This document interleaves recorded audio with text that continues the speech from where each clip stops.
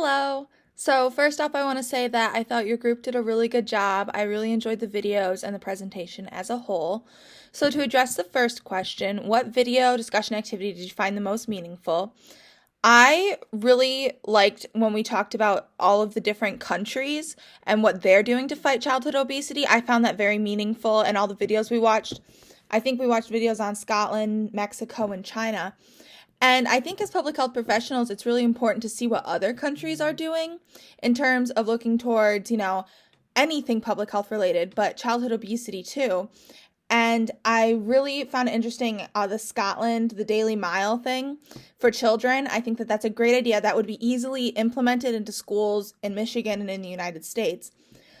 Mexico kind of talked about how they're banning children, minors from being able to buy junk food and stuff like that. And while I do think that that is kind of like the most extreme, it is a way to curb obesity in that state.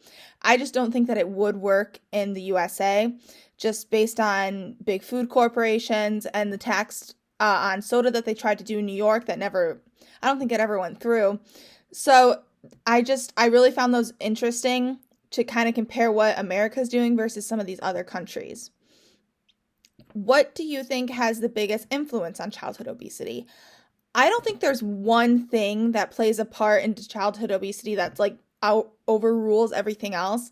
If I had to choose one thing, I would probably say our culture. Americans, we tend to live that busy hustle and bustle schedule. And, there's some parents out there that are working 2, 3 jobs just to afford rent. And so they either can't afford the healthy food or they just don't have access to it or time to cook. And a lot of these people rely on fast food, boxed dinners, microwave dinners, stuff like that. And I think that that plays a huge role in childhood obesity, especially because we see childhood obesity most prevalent in these minority communities that may have people working 2 or 3 jobs. So, I don't think it's just one thing because, genetics and all this other stuff plays into it. But definitely just America's culture in general. I also think that, America is we eat a lot of junk food here. It's kind of, I was raised, drinking pop and stuff like that. And other countries, they're not really so focused on junk food. It's not really a huge issue.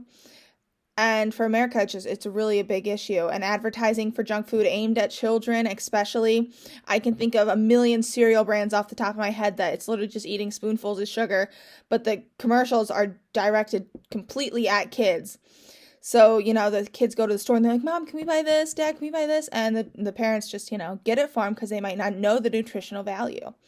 So, and then question 3, what can we do as public health professionals to decrease the prevalence of childhood obesity?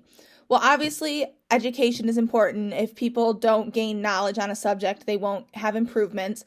But there needs to be more done than just education.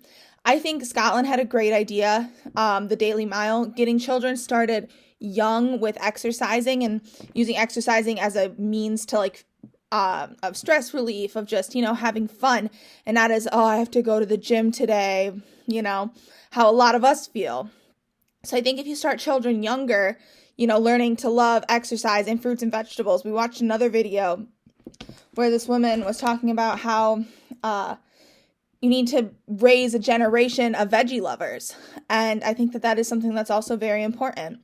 And I think community gardens, what's the term I'm looking for? Farmers markets, things like that are just huge, huge opportunities for outreach in populations that might not have grocery stores with fresh produce, food deserts or even food swamps, getting public health programs and professionals to go to those places and bring them access to this kind of food and maybe teaching classes too. You can have a farmer's market and you can have all this fresh and healthy food, but if you don't tell the parents what to buy and you don't show the parents how to prepare it, it's going to be meaningless to them. So I think free cooking classes, just anything like that would really be beneficial to helping parents learn how to raise healthy children.